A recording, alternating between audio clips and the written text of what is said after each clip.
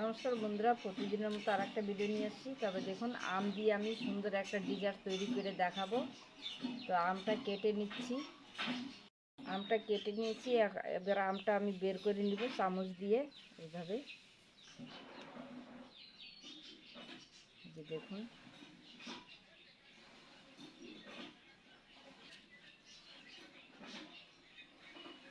এইভাবে বানালে বন্ধুরা খেতে দারুণ স্বাদ হয়। একবার হলেও বাড়িতে তৈরি করে খেয়ে দেখবেন, খুব ভালো হয়। তো দেখুন, সমস্ত আমের পাল্পটা নিয়ে নিছি, তবে আমি এখানে কম করে বানাচ্ছি, আপনারা আপনাদের পরিমতো বানাই নেবেন। একটা মিক্সিং জার নিয়েছি, এর মধ্যে ঢেলে নিব সমস্তটা,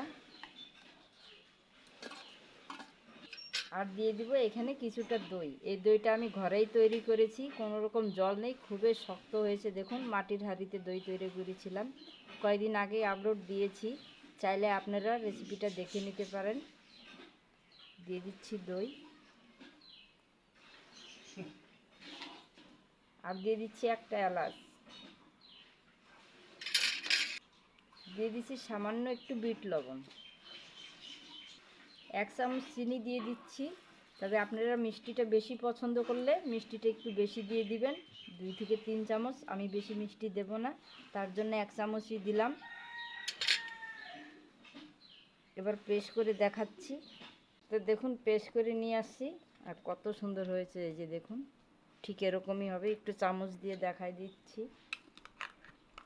এই যে দেখুন, আপনারা চাইলে একটু ফুড কালারও দিতে পারেন, কিংবা না হলে একটু হলুদ গুঁড়ো দিতে পারেন রং আনার জন্য। আমি কিছুই দিলাম না। একটা বাটিতে অল্প সাদা তেল নিয়েছি, বাটির গায়ে সুন্দর করে মেখে দিব। আর আমের পাল্পটা, টক দইটা নিয়ে নেব এতে।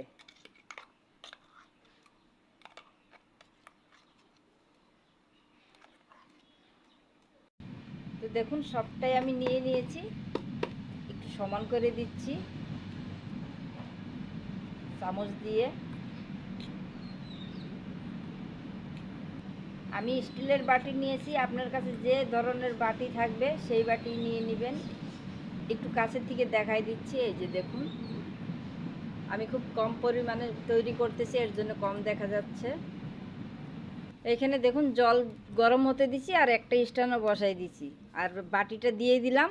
এখন ঢাকা দিয়ে দিচ্ছি। কত মিনিট লাগবে আমি আপনাদেরকে বলে দেব, যেহেতু আমি প্রথমবার তৈরি করতেছি। তো ঘড়ি ধরে আমি 10 মিনিট জাল করে নিয়েছি। এবার খুলে দেখতেছি। দেখুন বন্ধুরা, কতটা ফুলে উঠেছে। এই যে কাছ থেকে দেখাচ্ছি, আমি এতটা কিন্তু বানাইছিলাম না, অনেকটাই ফুলে উঠেছে। তো এবার নিচে নামায় ঠান্ডা করে নেব।